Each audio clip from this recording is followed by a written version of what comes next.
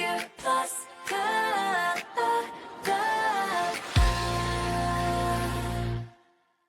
Welcome to the Six Figure Plus Club. I'm Kelly Martins, your host, and today I am joined by Monika Normand, founder and creative director of Monika Normand Creative.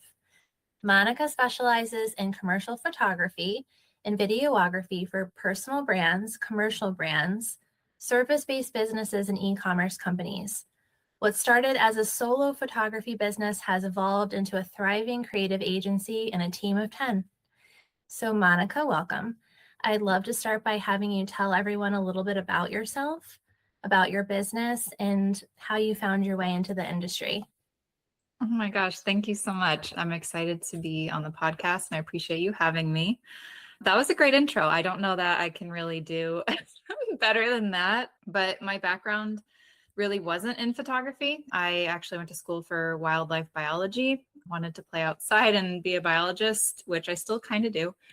But I started doing photos on the side for friends and family, and that gradually became something that I realized could be a business, where I started doing senior portraits, families, weddings eventually, which I had shot for about 10 years before I officially retired from those 2 years ago now, I think. And it became something where I organically, honestly decided to want to do work with businesses and brands. I live in Dallas now. My business started when I was in Massachusetts. So there's been a lot of changes along the way. A lot of it happens very organically, like I mentioned. So it's a pretty interesting path where it was a lot of learn as you go. And like you said, now I've got a team. I've been doing brand work in Dallas for the last 8 years. So we've come a long way from some humble beginnings there. Yeah, I'd love for you to talk about too the early years of your business, right? So you started as kind of like a side hustle, more like a passion project, and then it turned into an actual business. So how did that transition happen and what did that look like for you? That's a good question. It's funny. I actually remember sitting at a job that I didn't like in an office as an executive assistant, and I had gone on my business's Facebook page and was like, you know what? I really should treat this like a business. I don't really know where the thought had come from. But I wish I had a bit more intentionality with it back then, because I have so much more now. And I feel like the growth has been much more rapid when I was clearer on what I wanted to do. So a lot of the early days were just figuring things out, trying to get clear on my photography style, be consistent with that, deliver really good images, obviously, and a good experience for clients. So it really focused, I guess, more so on what I was doing as a creative and the experience I was giving people. Then I started thinking about it more as a business and thinking about pricing and packages and marketing and posting and building a website. So maybe it was actually good that I was more focused on the craft itself than just the business elements. But I wish that was my path from the beginning with that intentionality, because I think I could have got a lot farther faster. But at that point in time, I still was hoping to get a job in the biology field and kind of had divided attention back then. So let's talk about how you educated yourself in the photography field, because you went to school for biology and it wasn't necessarily something that you had your focus on from the start. So when you were honing your skills, what did that look like? Were you working alongside photographers? Were you shooting a lot? How did you kind of like hone in on your craft? I think from the photography like skill set side, a lot of it was just shooting more consistently, re-editing things, shooting things for fun, reaching out to people to do free shoots or test shoots. So I'd have portfolio work. So a lot of it was just like hands-on practice. I have a couple friends that enjoy photography too. So sometimes we talk about things, which having like a little community to brainstorm with is awesome. Yeah. But I always tell people when they ask me that question, like, oh my gosh, where do I learn things? I was like, well, you don't have to go to school for this. That's made up. The rules are made up. Everything's made up. But there's a lot of information on YouTube. So like when it came to like editing particular things or buying certain lighting, or maybe just kind of like researching how to price yourself or do business stuff, a lot of it was just like honestly YouTube and trial and error, which I wish I had a better, like, here's the trajectory that I did. Um, I really just learned as I went. And I think, although that's not necessarily like a really clear and helpful answer, I do think that's part of why I've been able to build what I have today, because I didn't come up with a traditional pathway Mhm. where a lot of people that do what I do now studied under another photographer or were a production assistant for years on a commercial set, and then they learn which role they want to play. So they're kind of locked in mentally, I think, to the standard traditional way of doing things. I joke I have no business being here. Like, I wanted to play with animals. I made all this up because one day I wanted to take photos for a restaurant. So like, because of that, I don't think I lived in a box. I really decided what I wanted to charge because I knew what work was involved. I decided who I wanted to reach out to and how I wanted to do it and how I wanted to treat people and what I wanted to offer. And a lot of it really stems from me versus me trying to conform to a certain way of doing things. So trial and error is brutal, man. It took me years. I feel better about it now. I love that you Yeah. said, you would just look on YouTube and like kind of figure things out yourself. And I feel like too, a lot of the photographers that I know when they started out, they felt like they had to have everything. They had to have all the props, all the lenses, all the lighting. They had to have everything. And then as they grew their businesses, they're like, wait, I don't actually need all of this. Yeah. Yeah. So that's funny. I agree completely. I think with any business, and you can probably speak to this as well too, since you work with so many different types of business owners, there's like this mental hurdle of just starting. If I'm in the right time, in the right place, I've spoken to the right person, I bought the right things, I have all the stuff, that's great. And being prepared is obviously super valuable. You want to check off all your boxes, but at the same time, just believing in what you're doing and just starting gets you a whole lot farther, a whole lot faster. I mean, it's a crash course, yes, but Yeah. you don't need all that stuff. My gear at the beginning was very basic, and I improved a lot since then, thank God. But it didn't really determine the quality of photographer. Mhm. you know? So I don't know if you find, like, I would imagine it's similar, but do you find that that's a similar hurdle for people, like to start or to take it to the next level? They're at some weird like middle zone where they can't push themselves over that edge because of XYZ, and I don't have whatever it is. Yeah. Yeah, it's true. The mindset piece is huge. I like how you said, like, just getting over the hurdle, just starting, just getting out there and learning. You don't have to have all this fancy stuff to start. You just need to pick up the camera and start. For me in my business, I do marketing. It's just getting out there and talking to people, learning about their goals and their businesses, and just learning from there. The more you dive into it and the more you kind of have that like hands-on experience, that I feel like is where the growth really comes in your business. Yeah. Yeah. I think that's the biggest confidence builder. It's like, it's reps, right? Like, I've done the uncomfortable thing enough times where it's now comfortable. Then I move on to the next thing. And that's where that confidence comes from. It's not sort of reading all the books first, knowing all the stuff first. That is helpful, but it's like teaching yourself and training your brain. They're like, oh, wait, no, I can do this, but you have to get started to get to that level. Yeah, I used to go to a networking event every month, and at the end of the event, they'd have everyone stand in a circle, and then everyone would be like, "Hi, my name is this, and this is what I do," and tell everybody in the room who you are. And I would have so much anxiety when it was my turn. And I'm like, "Oh my God, my hands are sweating." Yeah. And I did it so many times that I didn't even have to think about what I was going to say. So, I know that's a small example, but Oh, it's true. that's it. The more Yeah. you do it, then you're just like, boom, I know what to say now, and it's just like literally no sweat after that. Yeah, yeah, that's like literally the perfect example. And trust me, I felt the same way so many times. And now it's like every day is a new exciting thing. And I think it's funny. I compare my job. Do you remember the show? It was on, I think, Discovery Channel. It's 30 Jobs with Mike Rowe. Do you Yes, remember that? we do. Yeah. And I love that. Also, I love micro. I wanted to like be him when I grew up, which is kind of cool because it feels like I do some of that today where we're literally shooting an assembly line and we're in hairnets. And then we shot at the Rolex watchmaking facility. So we're in lab coats and they're like literally building watches. And then I'm on a farm and it's like, okay, everything's new and different. And I'm actually comfortable with new and different constantly, I which I love that. never would have been if I didn't start this. I feel like that's such a gift and like personal growth where you put yourself in those scenarios to have to public speak and have to talk about yourself and be uncomfortable. And suddenly one day it just becomes way more comfortable. Yeah, you're just like, I'm doing this and this is part of what I do now. Yeah. Yep.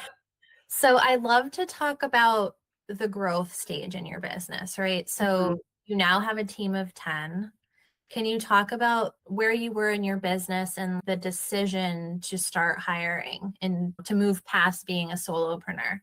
Yeah, that's a good question. And I feel like my answers are kind of lame sometimes. Again, I wish that was more intentional, is kind of the theme of this talk here. For a while, when I first moved to Dallas, I got myself kind of networked. I shot some stuff for free. I went to an event, met another photographer, started shooting some events, things like this. And slowly I realized I don't really want to shoot events myself. So with the other work I was doing, adding events wasn't necessarily something I enjoyed as much or had as much time and flexibility for. So when people would email me, I'd be like, oh, we'll reach out to this person, or oh, we'll go over here. Or, here's 3 people I recommend, or hey, I don't do those anymore. And at some point I was like, wait a sec. I've got all these people coming to me and I realized I think it's very fortunate and I'm very grateful for the way the team started to build because I get to work with like really, really, really good people. They are kind, they are attentive, they are funny, they show up on time. I trust them with my life. Like I know they're going to treat my clients, our clients, with the same care and attention that I would.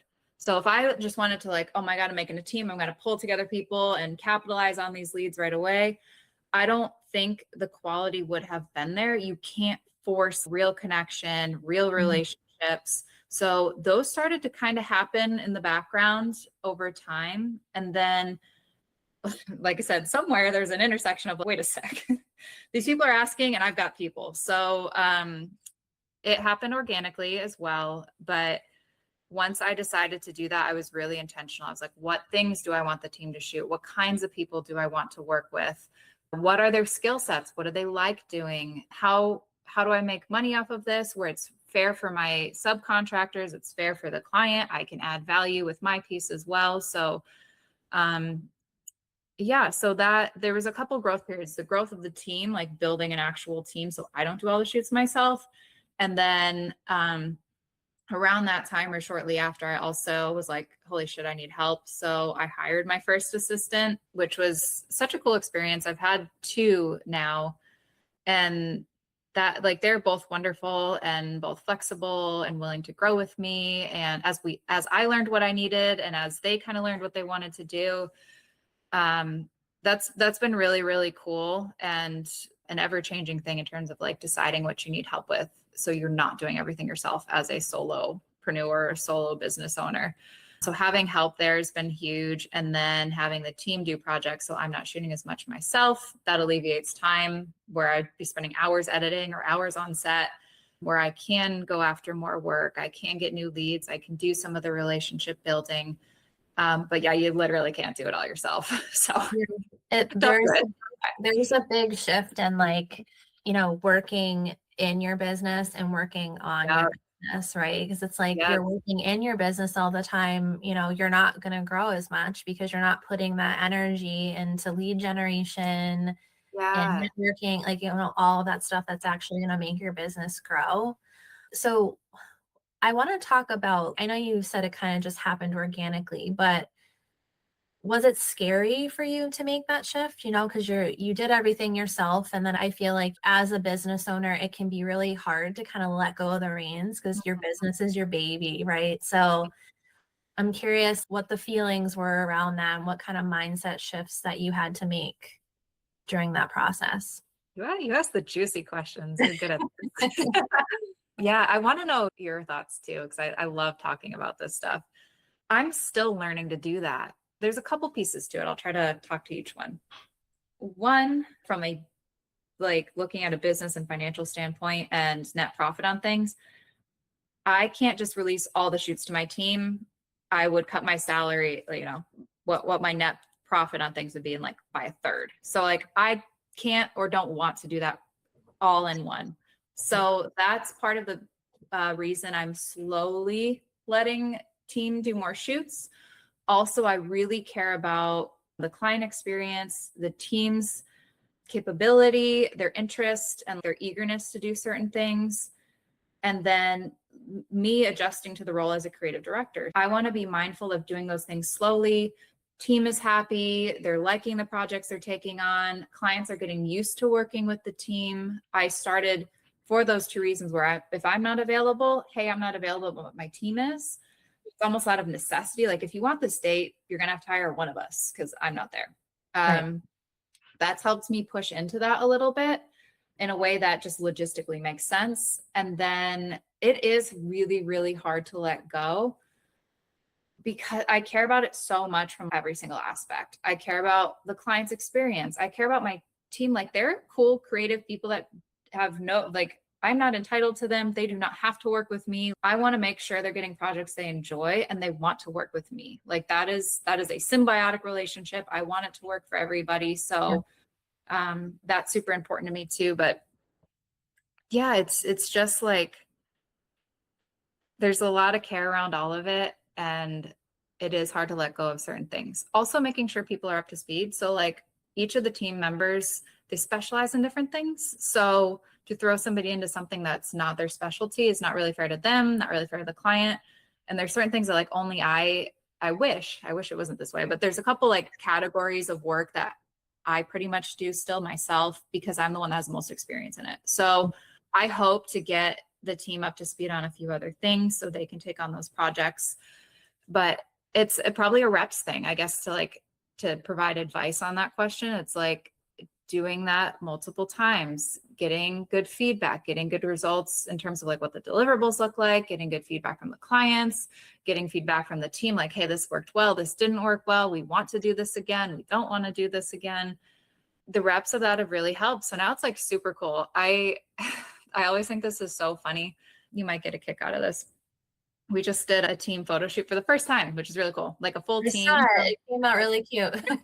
Thanks. That was like a highlight of my life. Like it was just so cool to see everybody in the same place because we all work together, but not all at the same time. So that was super cool. And I had a fun idea, or at least I think it's fun. Stay tuned when I post it. But I thought it'd be really funny to introduce each team member and write their pros and cons under each person. So it's like, Monika's great, but she thinks she's funny and she's actually not, or whatever it is. Like, I thought it'd be a really funny thing. So everyone kind of wrote their own pros and cons, but the team was joking because I've got teammate Mitch, shout out to Mitch. He shoots a lot of the events for us.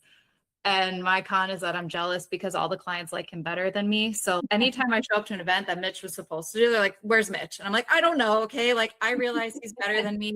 I get it. You're going to have to deal with me instead. But it's funny. It's so rewarding to have that feedback. And yeah, it's just cool to trust people and learn to let go. It's a learning curve for sure, though. It sounds like you have a pretty awesome team. I'm curious though, because like not everything always runs smoothly, right? So have you had any experiences where you've hired someone and it didn't work out, and how did you approach the situation? Yeah, that's a good question. There's just so many variables with every single project and like a lot of learning along the way.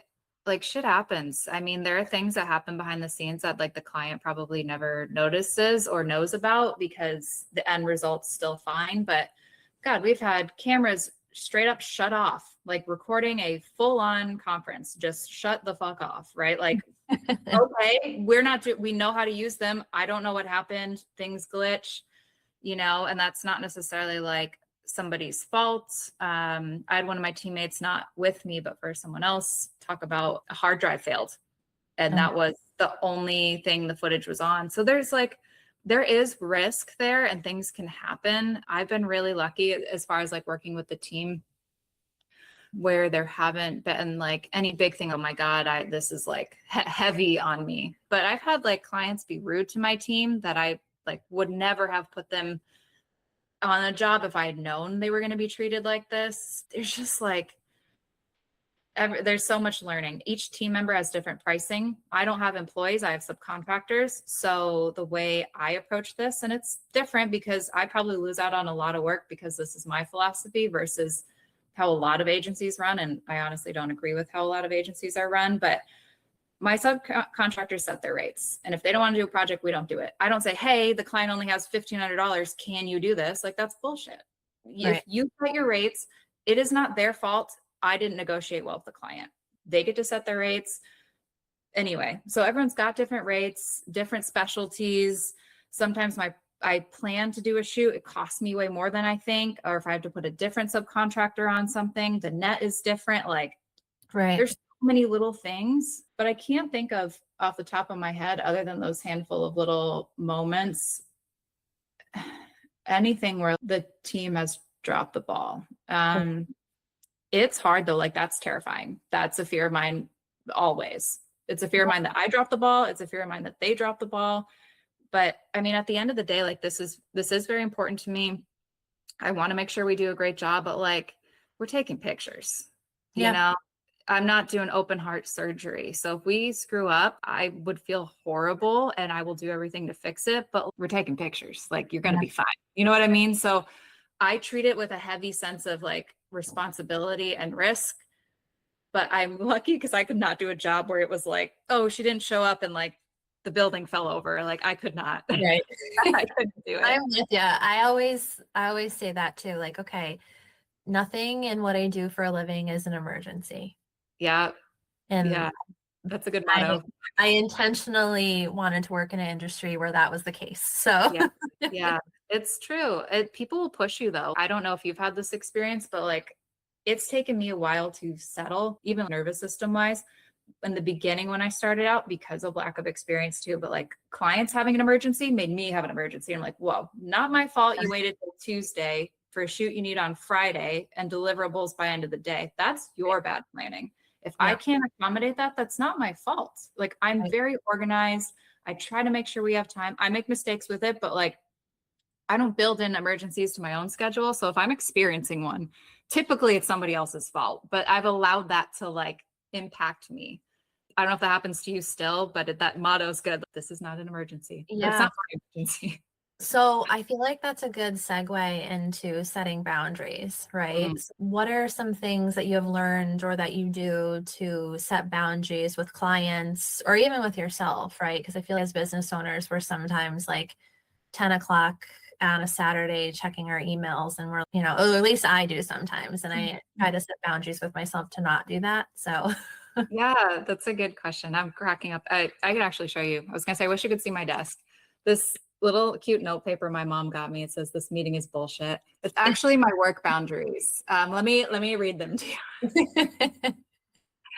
It says, no more than 2 shoots a week, no more than 2 to 3 calls per day, no weekend shoots. Number 4 is important. If it doesn't feel good, don't do it. Yes. Number 5, don't rush time at shoots and make clients book more time.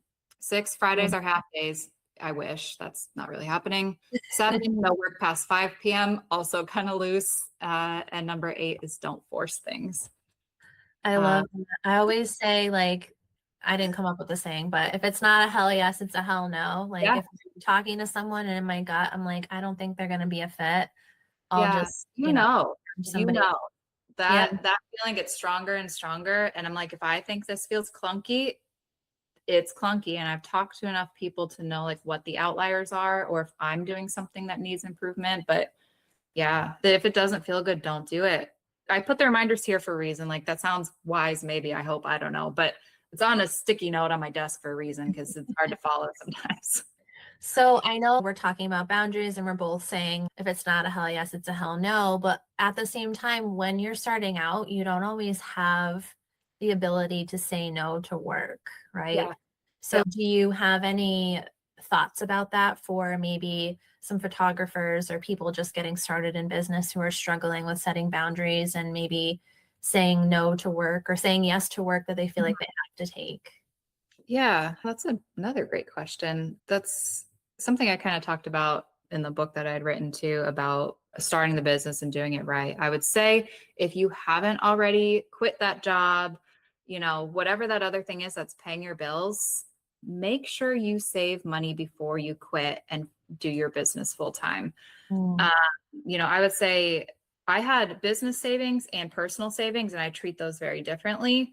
And having 3 to 6 months savings in both of those is super important. If you can, like, get as close to that as you can, because it helps you make better business decisions. When I want gear, I buy it. I don't have to wait because I saved money. If I don't want to do a job, I don't do it because I can still pay my bills. It erases that sense of urgency and desperation when you have a nice little buffer to Yes. rely on. So I think that that's huge. It is hard to say no to work. That's going to be a challenge always. And I weigh things still like, hey, is this job worth it? Is it interesting? Would it be good for my portfolio? Would I be willing to do it for a little cheaper? Whatever it is, that's still something that you weigh with every lead or inquiry that comes in, I think. But in the beginning, having that money saved helped me make better decisions to grow the business, whether that was buying new gear or paying a web developer or whatever it was, and also paying myself so I didn't have to say yes to a bunch of like crap jobs.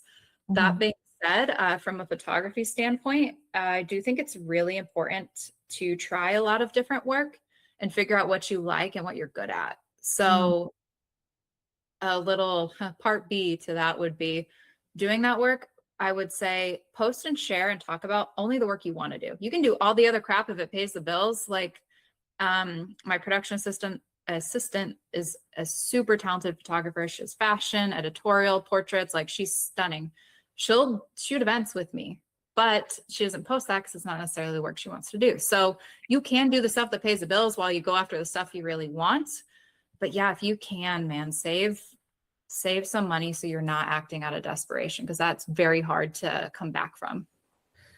I love that you said that about, taking the jobs you need to, but promoting the stuff that you actually want to take, right? Because that kind of ties into brand positioning. But before I dive into that, I want to backtrack for a second because I'd love for you to talk about your book. I wrote a book, which I don't know where that came from, but I had written on a note like years ago, and my mom had this and she took a picture and I was like, this is hilarious. And it said it was a list of life goals. I forgot what the other ones had on there, but one of them was writing a book that improves people's lives. So somewhere like long ago, little me was like, we're going to write a book.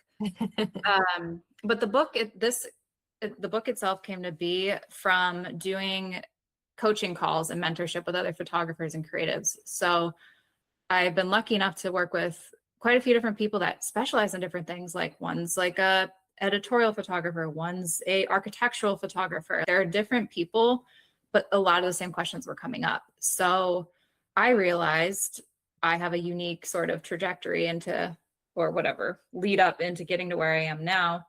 That's not super tech savvy. I didn't go to photography school. I don't know all the technical words for things, but I do think through all of that trial and error, I learned a lot of really valuable information about running a business and doing that reasonably well in the way that I at least can support myself. I'm not dying.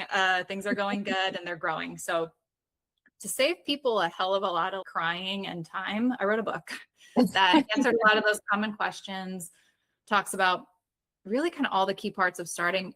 It applies to a lot of different businesses, but more so in the creative realm.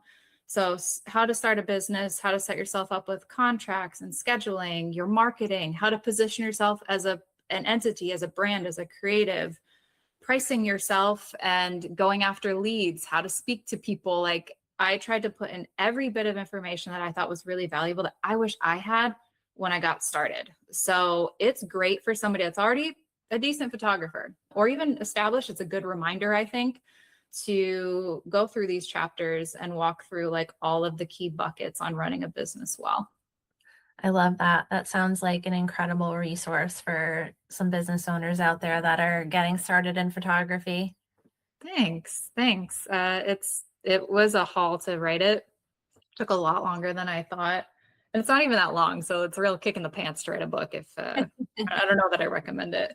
But it's cool. I've had some fun feedback from it. And if I helped even just a handful of people, that's super cool. Like I just love talking about this stuff. I love these conversations. I think it's so valuable, and having that transparency is huge because no one tells you how to do this. And everyone's very like close to the best and trying to present that they're big and grand and awesome. But it's like, whoa, what's going on behind the scenes? Am I losing it? It's like, no, we're all losing it back here. Like that's how it is. And I'm going to write it down and be honest about it. And hopefully it helps somebody else. So I think that's a good kind of segue into kind of like logistics, right? So what are some of the operational changes that allowed your business to grow? We talked about having the team, so sort of outsourcing some of the work, having an assistant for some of the office and operational things is really helpful. And then because I'm an old person, it took me forever to use a CRM. I don't know what my problem is. Now that I use it, I'm like, oh, you're done. That should have been day one. So I wrote about that in the book, get a CRM, step one. But it's helped a lot. So it streamlines sending out contracts, tracking leads. It integrates into my inbox. So that's a big piece that's helped me just be better about things. And there's automations and things like that. So getting scheduling apps, I schedule on my social media. I use my CRM for contracts, invoices. I track stuff in QuickBooks. Like I have a couple platforms that really, really help me do repeatable tasks more efficiently. Mm-hmm.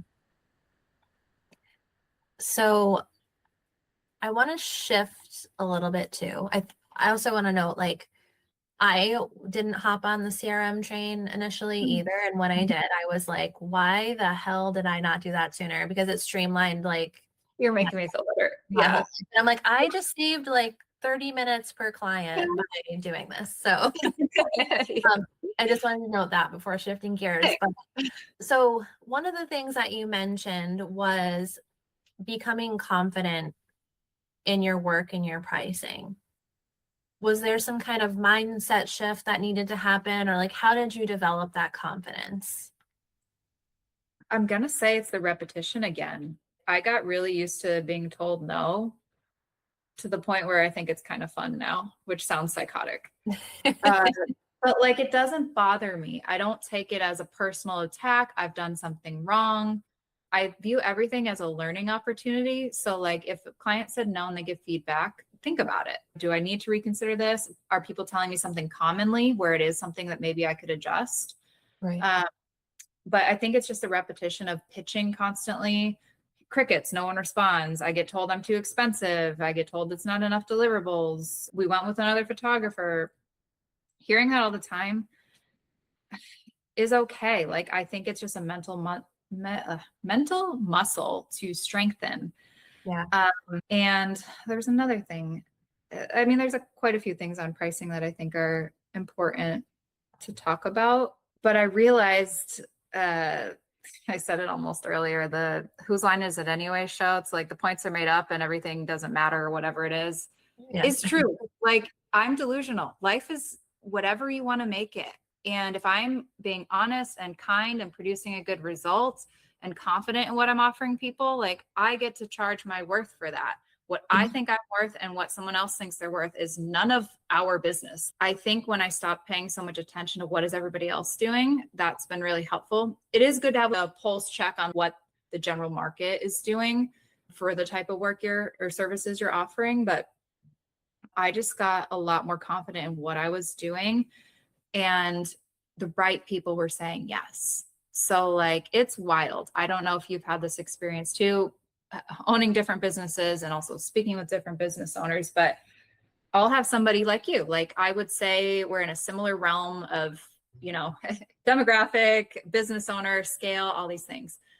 I'll have somebody like you say yes to me in 2 seconds. I'll have a national brand be like, we didn't budget for that. And I'm like, yo, what's your marketing department doing? Because that makes no sense. But in the beginning, I'm like, oh my God, I'm too expensive. Nobody wants me, whatever. I learned like what jobs are hassles, what I'm willing to, if I have to go do that thing I don't want to do, what do I want to be paid for it? And also the right people say yes. Cool, artistic, positive impact, like fun people are saying yes across all scales, from tiny business to national brand. They're saying yes to me. So all of those other no's can provide valuable feedback, but as long as the right people are saying yes, I don't think you're out of whack. So repetition, building the confidence in that. And then like, just also knowing like how do I want to grow my business? What am I allowing pricing wise? Does this support the growth I want to have, support the team and the operations I want to have? And then also, does it support my goals as a person? We're doing this for a reason, and it's to create hopefully your dream life. So like, Right. I can't afford this dream life, which I've outlined too, just so mentally, if I want anything, this is it. It's not that ridiculous. So I think it's reasonable, but you know, if I'm not charging clients or producing work that equates to building this life, then what is going on? Why am I doing that? I should just work for somebody else and free up my brain space. Yeah. You got to do what makes you happy in life. I'm the biggest advocate for that. I'll do branding sessions with people and we'll sit down and we'll talk about their businesses. And the question I always ask is like, well, what are you passionate about? Yeah. Your why. I saw that on your website. I loved that. Yeah. Like, why are you here? Why are you doing this? Why this and not something else? You need to know why you're here and build everything else on top of that. Yeah. So it's like, you know, people trying to figure out their services and what they want to do. Well, does it make you happy? If the answer is no, then cut it out. Only do the things that make you happy, and then you're going to become successful. I think that is the biggest thing that I tell people. If you're doing paid ads and you don't like doing paid ads, don't do it. Find another service, you know, that makes yourself is hard. I've learned that the hard way. To your point, I don't like making reels and being on social media. I just don't like it. And guess what? I don't even get a lot of leads from it. So why would I spend all of my time and energy in that bucket of marketing? I spend it kind of distributed amongst things, but no one tells you that. You hope to work hard and produce results, but no one tells you that there's like this, it's in some book. I don't know. I think it might've been the 4-Hour Work Week, but your zone of genius is this tiny little things like, what do I do well? What makes money and what comes naturally? You're allowed to thrive in that little zone. You don't have to kill yourself doing paid ads if you hate that. Yes. You don't actually have to, but there's a lot of noise online, I think, where we feel like we have to do certain things or we're going to be left behind. And I don't believe that that's true. It really is per business person. Other people do great on Instagram. I don't give a shit. They do great. We're not going to tell them not to. A lot of businesses that are just starting out, especially like in the service space, they feel like, you know, if they're a photographer, for instance, they feel like they have to do portraits, they have to do weddings, they have to do babies, like they have to do maternity. And like same thing in marketing, they feel like they have to do social media, they have to do websites, it's like they have to do all of the things. And it's like, no, you find the thing that you love and that you're good at, and you put all your energy into that. Yeah. Yep. You produce way more results when you're working in that space. Yeah. Yep. So if someone listening is trying to get their business off the ground, what would you say would be the thing that they focus on first? Oh gosh.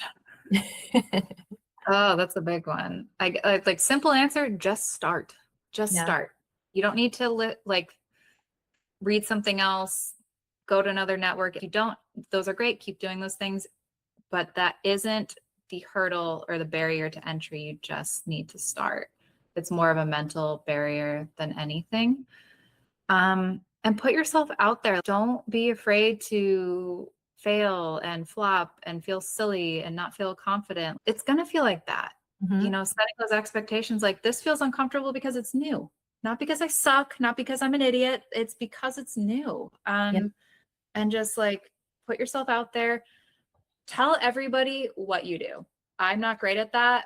My team's a lot better at doing it than I am, but they're like, oh, hey, we also offer headshots. I'm like, oh yeah, we do that too. I don't even tell people what we're doing. I don't know what my problem is, but my advice to myself, anyone else, is tell people what you do. Oh, hey, I'm Kelly and this is what I do.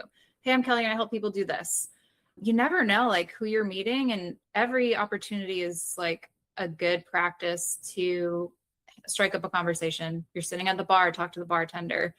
Ask the waitress, like the valet while you wait for your car, someone at the grocery store, like tell people what you do. It becomes more comfortable and you build more connections that way. So even if you don't feel ready, just tell people what you're doing and see where it goes from there. I think to kind of piggyback on that for a second too, is like you don't know who people know either, right? So maybe the bartender that you're speaking to doesn't need photography, but he might know the owner of the restaurant who Yep. needs photography, right? So it's just like you never know. And he could one day be like, hey, I need a photographer. And the bartender's like, well, this girl comes in and sits at our bar. Like, let's give her the work, right? So it's just, you never know who people know. And I tell people that a lot with networking because I Mhm. feel like a lot of the times people will walk into a networking event and they'll leave frustrated that they haven't got any leads. And I always say you can't go into a networking event with the intention of making money. You need to go in with the intention of building relationships and just talking to people. 100%. Mm-hmm. 'Cause Absolutely. you never know, Yeah. who you're going to And connect with. AI can't take that from you. Getting all over social media is never going to have the same impact. It is those relationships. And I think a lot of people forget. I'm curious if, again, if you feel the same, but some people are just blown away. They're like, you're so nice, you're so organized, you're on time. And I'm like, yeah, like what is happening? Like that's basic. Okay. Like I showed up as a human being, but guess what? Not everyone's like that. So if you Yeah. give a good impression by being kind, asking questions, being on time, being a good conversationalist, that's huge. Most people can't do that and don't do that. But we think that maybe by the company we keep them, everyone I know is super nice, but Yeah. that's definitely not the norm. So building those relationships and that in-person reputation is huge. And then follow the people online, then check in, oh, hey, happy birthday. And like Yes. continue to cultivate those new relationships, keep the other ones, established ones warm and remind people you exist. But yeah, it's not an immediate money-making thing. And that's the wrong intention anyway. It should be a learning opportunity, if anything. Yeah, I agree with that 100%. So, in closing out, I want to ask you, is there any last words of wisdom, anything that you would like to leave our listeners with? Oh my gosh. I would say something I really value in others is their ability to ask questions. My production assistant is so good at this. She asks questions, she asks people to meet, she's willing to learn, she's willing to ask, and she's willing to reveal that she doesn't know everything. And I think that's such a good quality that people don't have. I think we're like too, I don't know, we don't want to be vulnerable or we don't want to be seen as something, I'm not sure. But I love asking questions like that community. This podcast, what you're doing is so valuable for people. We're learning together. We have similar struggles or similar interests. And I just think talking to people, building a community and asking questions is so valuable, especially in the space when you're working alone, mostly alone, like we are. Yeah. Yeah. Well, Monica, thank you so much for joining me today and for being so open about the exciting parts and the realities of what it looks like to have a successful business. And I think one of the things that I appreciate most about your story is your willingness to talk honestly about risks and sacrifices and all of the things. And for everyone listening, if you'd like to learn more about Monica, connect with her or see her work, I'll make sure to add all of her information in the show notes. Thank you again, Monica, for being here and for being a part of this conversation. Thank you so much for having me. I really appreciate it.